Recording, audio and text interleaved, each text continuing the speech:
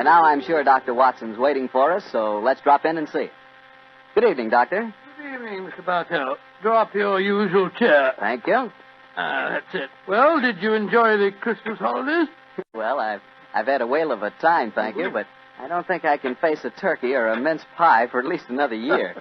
How about you, Doctor? Oh, I had a very pleasant week, too, my boy. Parties, visitors, and a flattering number of Christmas messages to be answered.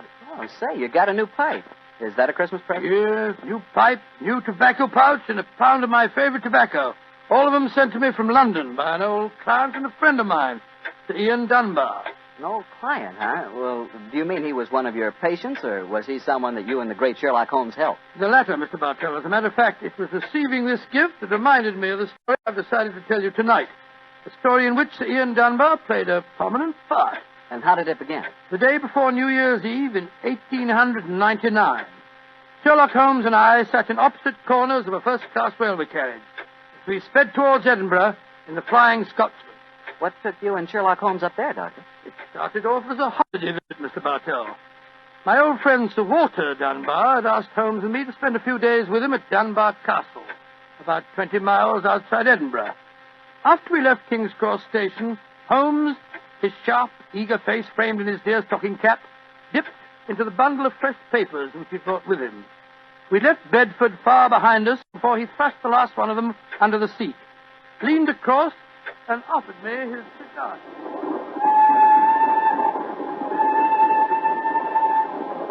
Care for a cigar, Watson? No, thanks, awful. I'll stick to the pipe. Flying Scotsman's living up to its name. They're going splendidly.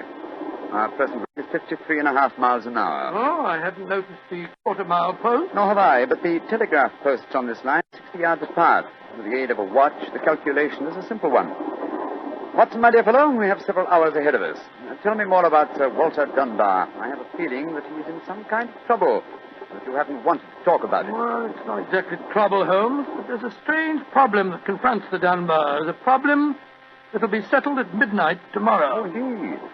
Night of New Year's Eve, eh? Yes, exactly, but to really appreciate the story, I have to begin by telling you of the death of old Sir Thomas Dunbar. The father of the present baronet, I suppose. Yes, he was severely wounded at Waterloo, though he managed to last out long enough to get back to Dunbar Castle.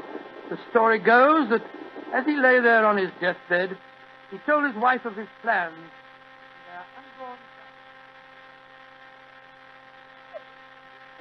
Dinner grave, lass. I fetched the baronetcy home from Waterloo. What if I fetch the mortal wound as well? Oh, hush, lass. I'm not afraid to die. All that niggles me is that I shall never see the child you bear. The Sir Walter Scott no coming yet. Can he visit the deathbed of his old friend? Who's there? Is that you, Sandy Murdoch? All right, Thomas. It's me. I'm leaving an unborn son behind me when I die. Now, I don't trust women or children or banks for that matter. Put the best part of my wealth and gold in the big iron box you'll find under the bed. The money's there. And something else for a rainy day. You have to keep that box in trust for me, Sandy. You can turn it over to my boy on the New Year's Eve before his 21st birthday. And he'll be a man and wise enough to know how to use it. You understand, Sandy? Aye, Thomas. But supposing your bairn's a girl. A girl? I tell you, it'll be a boy. And we'll name him Walter after my good friend, Sir Walter Scott.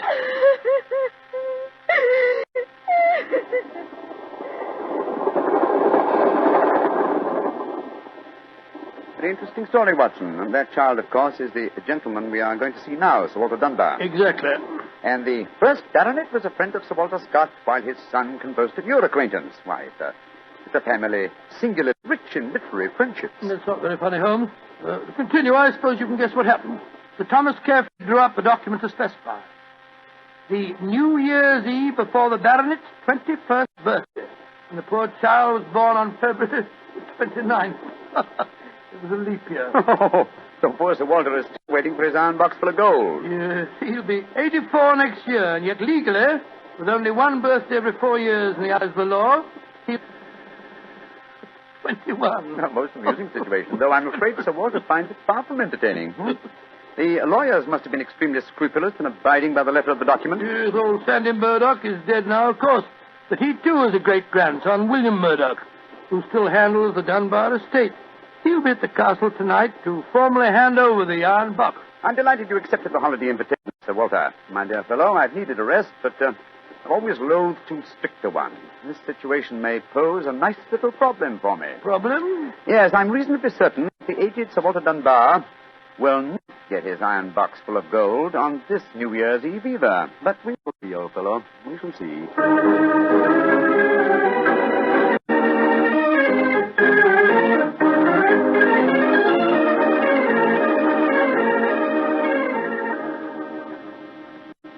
Dr. Watson, I'm glad to see you and Mr. Holmes here at the castle. Thank you, my boy. Holmes, this is Ian Dunbar, Sir Walter's grandson. How do you do, Mr. Dunbar?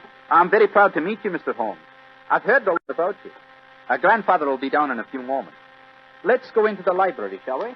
Well, I imagine Sir Walter's quite excited about tonight's ceremony, isn't he? Wouldn't you be, if you'd waited 63 years too long for an inheritance? Yes.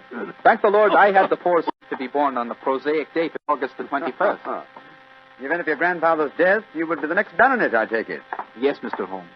You see, my father was killed 2 months ago at Mafeking. Yes, I read about it in the papers, my boy. I'm very sorry. Thank you, Doctor. The opening of the box isn't going to be the only ceremony at midnight. Dorothy and I are announcing our engagement. Dorothy? Dorothy Small. She and her father are staying here, too. My congratulations. Yes, indeed, Ian. Indeed, mine, too. Thank you. It's been quite a battle with her father, though. He's a businessman and isn't impressed with titles when they aren't accompanied by a suitable income. But when we told him about the inheritance, he relented and gave his consent. Here's Dorothy now. Dorothy, darling, I want you to meet 2 friends of mine, Mr. Sherlock Holmes and Dr. Watson. How do you do? Now, how do you do, Miss Small? How are you, my dear? From what this young man's been telling us, I gather that congratulations are in order. Thank you. I finally persuaded Father that Ian would make a worthy son-in-law. For a while, I was afraid we'd have to elope to Gretna Green, live in a cottage on bread and cheese and law, but brave the parental wrath, just as they do in the storybook. Oh, Sir Walter, there you are. Watson, my dear boy. How are you? And this must be your friend Sherlock Holmes. How do you do, Sir Walter? Very well for a young nipper who'll be 21 at midnight. Gentlemen, may I introduce Mr. Herbert Small? How do you How do you do, sir? I believe that we have to congratulate you on the engagement of your daughter. That was supposed to remain a secret until midnight. The Dunbar box was finally opened. Don't be grouchy, Herbert. The children are in love, and I'm going to settle money on Ian. And it's New Year's Eve. Let's enter into the spirit of the occasion. Bring out the glasses, Ian. I've had some bottles of my special pride put out. It's the finest port in Scotland. The cream of Dunbar. Aye. My father laid the first bottle down the year before I was born. And a drink of the brew will surely warm the cockles of your heart. My mouth's watering already, Sir Walter. When is this lawyer fellow, young Murdoch, getting here? Oh, any moment, Herbert. As soon as he arrives, we'll have dinner. Then we'll be ready for the evening ceremony. He's bringing the famous iron box with him, Sir Walter? If he doesn't, he won't get any dinner, Holmes. Ian, pass the glasses around, my boy. Here you are, Murdoch. Good evening, Sir Walter. Oh, you've got the box with you, I see. Now the party's complete. Oh, let me introduce you. Miss Small, her father, Mr. Small, my grandson, Ian, you know. Mr. Sherlock Holmes, Dr. Watson. How do you do, sir? I'm sorry I'm late, Sir Walter. My train was delayed. Oh, that's all right, Murdoch. You're here, and you brought the box. That's all that matters.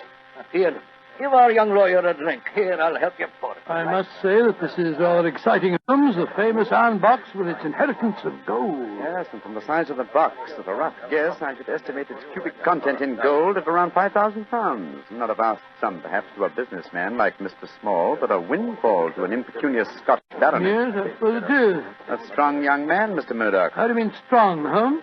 A box that size, full of golden sovereigns, would weigh a considerable amount. And yet the lawyer carried it single-handed. Now that we're all assembled, I'm going to propose a toast. Though it's still some hours off yet, let's drink to the new year. It means a lot to some of us.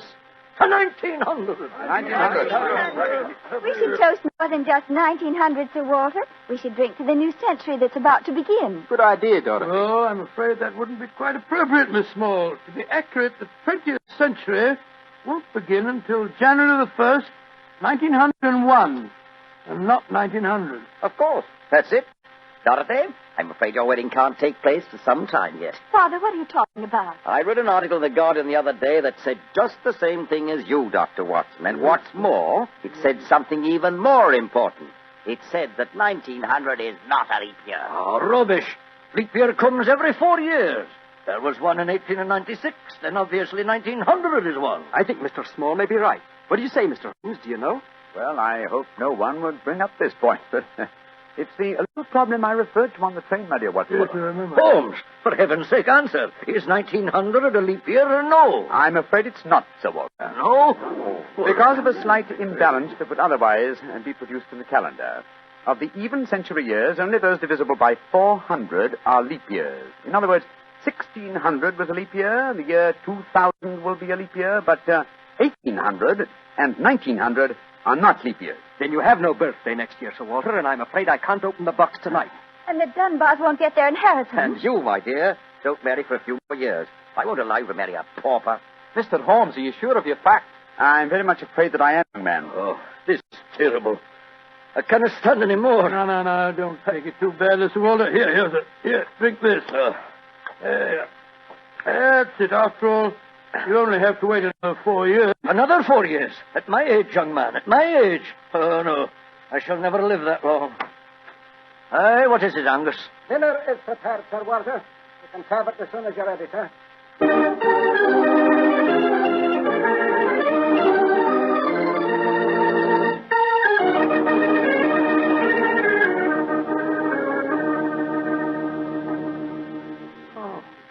What a miserable meal, Holmes. The Walter's gone to his room. The young lovers are nearly in tears. Small and the lawyer Murdoch seem to be positively gloating. Yes, a most depressing atmosphere in which to welcome the new year. But let us, at least, make the best of it. I think I'll go and have a talk with Sir Walter. And you, my dear chap, why not try and cheer up the young folks? Some of your experiences in India may make their minds off the trouble. Yes, quite an idea. I'll join you in the library. Call me if you want me, Holmes. Ah, there you are, my dears. Hello, Dr. Watson. All alone in front of the fire, eh? I'm afraid we're not in very good spirits, sir. Oh, nevertheless, I'll sit down here and join you if you don't mind.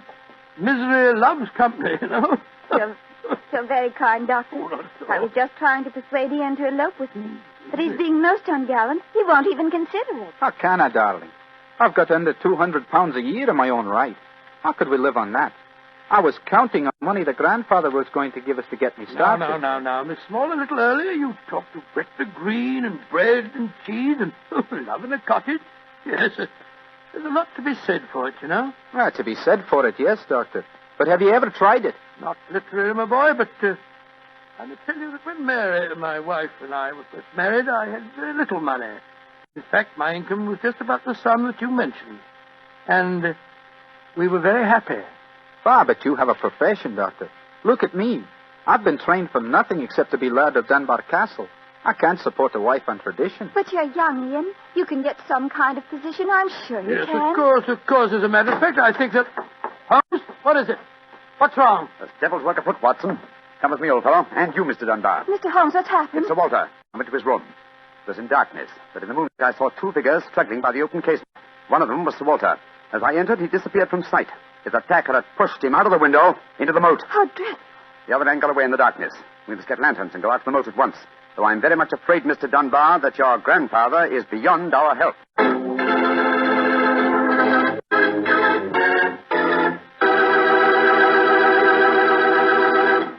Dr. Watson will be back in just a second, so I'd just like to remind you that if you want to serve a wine over the holidays that you're sure the ladies will enjoy, serve Petri California Muscatel. Petri Muscatel is a golden wine with a wonderful flavor. The flavor of big, plump Muscat grapes. And you know what a flavor that is. I'm sure you'll find that Petri Muscatel is the favorite wine of all women, just as Petri Port is the favorite wine with men. And incidentally, if you're not sure which to get, Petri Muscatel or Petri Port, don't buy one, buy two. Get them both, and you'll be sure to please everyone. Now, to get back to our story. Someone had pushed poor old Sir Walter out of his bedroom window and into the moat below. Isn't that right, Dr. Watson? Yes, Mr. Bartell. Of course, we grabbed lanterns as fast as we could and rushed outside, but it was a hopeless task. The water was 8 or 10 feet deep, and it seemed obvious that the elderly Sir Walter wouldn't have a chance of saving himself. But we searched on, the thicker, bobbing lanterns and the scurrying figures in the frosty moonlight, forming a weird, fantastic... Angus! Bring a lantern over here. Aye, sir. Can you see anything, Holmes? Nothing. I don't see why your friend doesn't call the police, Dr. Watson. He's accomplishing nothing. He thought there might be a chance of finding the old man alive, Mr. Small. He wants to avoid a scandal, if possible, for your sake, sir, as well as the Dunbars. The scandal can't touch me or Dorothy over this. Her engagement was never announced. Thank heaven. That's a great pity, sir. I should think some new blood in your family would be a great improvement. You're being confoundedly impertinent, Doctor. And you'll be confoundedly heartless, sir. Well, Holmes, have you given up hope? I'm afraid we'll never find him without dragnets and grappling hooks. Have to call the police. What time is it? Sir Ian. You know the time? What did you call me, Mr. Holmes? Sir Ian. By Jove, yes. It does seem a bit pressure, Holmes, but of course you're right. If your poor grandfather's dead, Mr. Dunbar, you're the baronet now. And the time, Sir Ian? It's 11:45, Mr. Holmes. A quarter of an hour to the new year. Sir Ian, doesn't that fact suggest something to you? Yes, it does. So I'm the new baronet, am I? Very well, then. There'll be no more talk of the police for 15 minutes. I want all of you to come back to the castle with me. As the last chime of midnight rings out, I shall have a statement to make. A statement that I want you all to hear.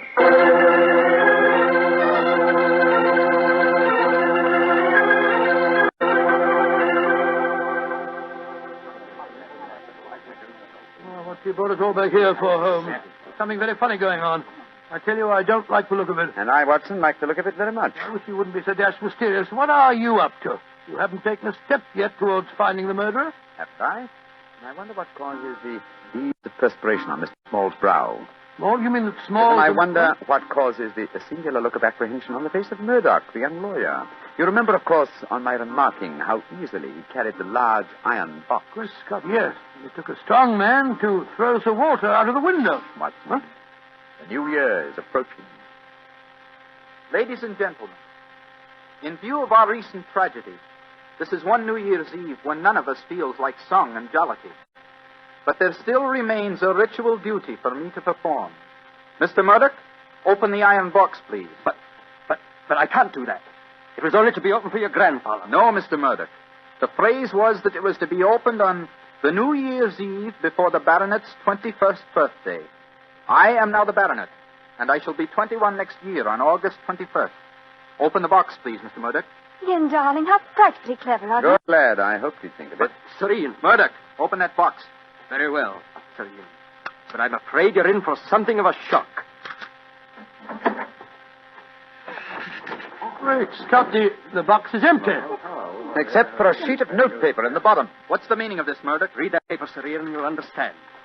I owe you 4,000 sovereigns.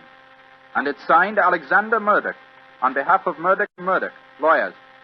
You'd better explain this. It's the family skeleton, Sir Ian. That note is signed by my great-grandfather, the one that witnessed the original deed concerning the box.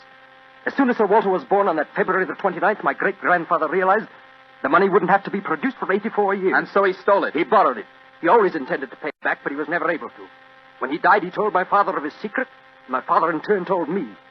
We've always planned to put back the money, Sir Ian, but we've never been able to. This is daylight robbery. You should prosecute them, Ian. The firm's still in business. You can ruin them. You can sue them for every penny they have. Mr. Small, you've already shown a marked aversion to my family. I suggest you allow me to handle their affairs. Bravo, Ian. How dare you, Dorothy? Go to your room. No one's going to their room. No one's leaving here until the police arrive. I'm convinced that one of you murdered my grandfather tonight. And if you ask me, it's obvious who that someone is. Who, Dr. Watson? You, Mr. Murdoch. You came here planning to kill poor old Sir Walter because you never intended to open that box. You thought that your secret would die with him. That's a lie. I was going to tell him everything and then ask for time to pay the money. I didn't kill him. Of course he didn't. There's your murderer. You yourself, Ian. Father, what are you saying? I'm saying that Ian's the murderer. He saw that the box wasn't going to be open for another 4 years. He realized out the money couldn't marry Dorothy, so he killed his grandfather and then ordered the box opened. You're trying to cover yourself. You pushed grandfather out of that window tonight. You thought that if he died, the box would never be opened. Dorothy couldn't marry me. You young Gentlemen, please. Upon my soul, Holmes, you seem remarkably calm. Go on, dear Watson. I must say I'm absolutely fascinated by listening to three people accusing each other of murder, and each of them producing perfectly sound motives. It's a remarkable example of the dangers of reasoning from motive alone. We should profit by experience, Watson. Mr. Holmes, how can you be so calm? There's a murderer in this I room. suppose this game of charades is getting a little out of hand, Miss Small. Let's conclude it. You'd better come out now. That tapestry, it's moving. A happy New Year to you all. Grandfather. Sir Walter, oh, am I seeing a ghost? Oh, Sir Walter, you're all Well, right. what kind of a game have you been playing? It's a funny game that Holmes and I invented. You might call it forcing the issue. I was determined to have the box open before the next 4 years were out, whilst I was still alive to look inside it. But the trickery of your family, Murdoch, has made me a very unhappy man. Sir Walter, I shall pay back the money in a few years. I swear I will. It'll be too late to do me any good, but I'll take care that Ian gets it. I've half a mind to prosecute you. Grandfather, the money isn't important now that you're all right. You were counting on it just the same, my boy, so that you could marry Dorothy. I know that. She'll never marry a pauper. I won't allow it. When I'm 21, you can't stop me, Father. And I am going to marry Ian. Be quiet. Sir Walter, it's a very unsavory business. I think that you owe us an explanation of your behavior tonight. You tell him, Holmes. I fancy a wee drop of cream of Dunbar. Watching you all search for my body in the moat has made me thirsty. The explanation is a very simple one, ladies and gentlemen. When you arrived here tonight, Mr. Murdoch, I knew from the way you handled the box that it could not contain the sum of gold, the supposed gold. And so you suspected fraud and devised a plan to force the opening of the box. Yes, and Sir Walter was an eager conspirator. Of course I was. Ian is 21 next August. Supposing I had died after he came of age, and before my next birthday, 4 years hence, the box would never have been opened. And so we invented the fake murder story. By the way, Ian, I must congratulate you for grasping the possibilities of the situation so speedily. If you hadn't demanded the opening of the box, the Murdoch secret might still be a secret. It's a clever plan, Holmes. It's too bad that it had to have such a miserable ending. I'm not sure that we have finished with the matter. Mr. Murdoch. Yes, Mr. Holmes? You say that your family took £4,000 from that box? Yes, Mr. Holmes. Curious. I would have sworn from its size that it would hold closer to 5,000. And in your account of the legend, Watson, you told me that Sir Thomas Dunbar stated on his deathbed that he had put something else in the box. Yes. Something for a rainy day, is that Yeah. it? Mm-hmm. Did the Murdochs find that extra something? No, Mr. Holmes. They found nothing but the gold. Oh, that's very odd. I think I'll take a closer look at that box if you don't mind. Since this seems to be a night of telling secrets, I think you might as well know, Father, that if you don't give your consent, I shall elope with him. Oh, bravo, my dear, bravo. No such thing. I admire your resolution, young lady, but I hardly think it will be necessary. What do you mean, Holmes? Permit me to show you all the treasure of the Dunbars. What have you found, Holmes? Something for a rainy day that old Sir Thomas spoke of. You see, since the cubic contents of the box obviously differed from my calculations, I deduced the existence of a false bottom. I was correct. And in that space, I found this. Oh, it's a manuscript. Quite so, the manuscript of the book. Look at the title page and see the author's name. History of the Dunbar family.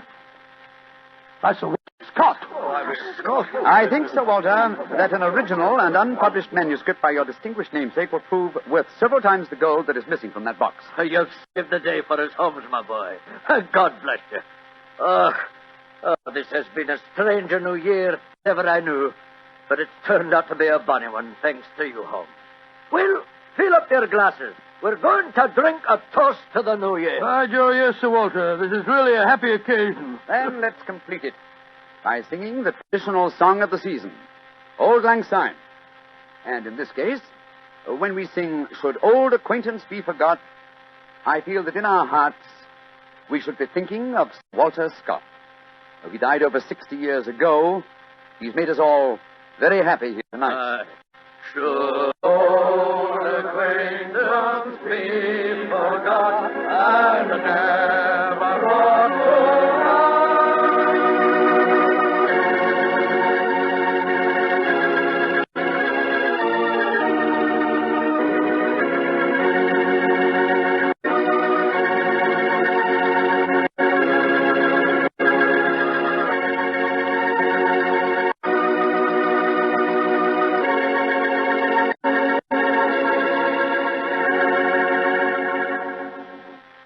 Doctor, that turned out to be a very happy New Year for all concerned. Yes, that's one New Year that I'll never forget. Well, I sure hope you'll always remember this one, too. Oh, just a second, my boy. That calls for a glass of port. Fine. Well, to a happy New Year, my boy, for you and for our many friends listening in. And to you, Doctor. Oh, thanks, boy. That's good. Doctor, this has indeed been a pleasant association for me. Oh, I'm glad to hear. You're the best storyteller I've ever known, and the Petrie family makes the best wine I've ever tasted. I hope that just as they've been making wine for generations in the past, the Petrie family will continue to make fine wine in the future. Mr. Bartell, I know that you'll always be here to tell us just how good that Petri wine is. Well, I hope so, Doctor. And I hope you'll always be right here beside me to tell another swell story about I Mr. hope Holmes. so, too, my boy. Oh, and incidentally, Doctor, what new adventure are you planning to tell us next week? Next week, Mr. Bartell, I'm going to tell you a weird story. It starts with a series of murders on Hampstead Heath and ends with a battle to the death in a burning waxworks. I call it the strange case of the murderer in wax.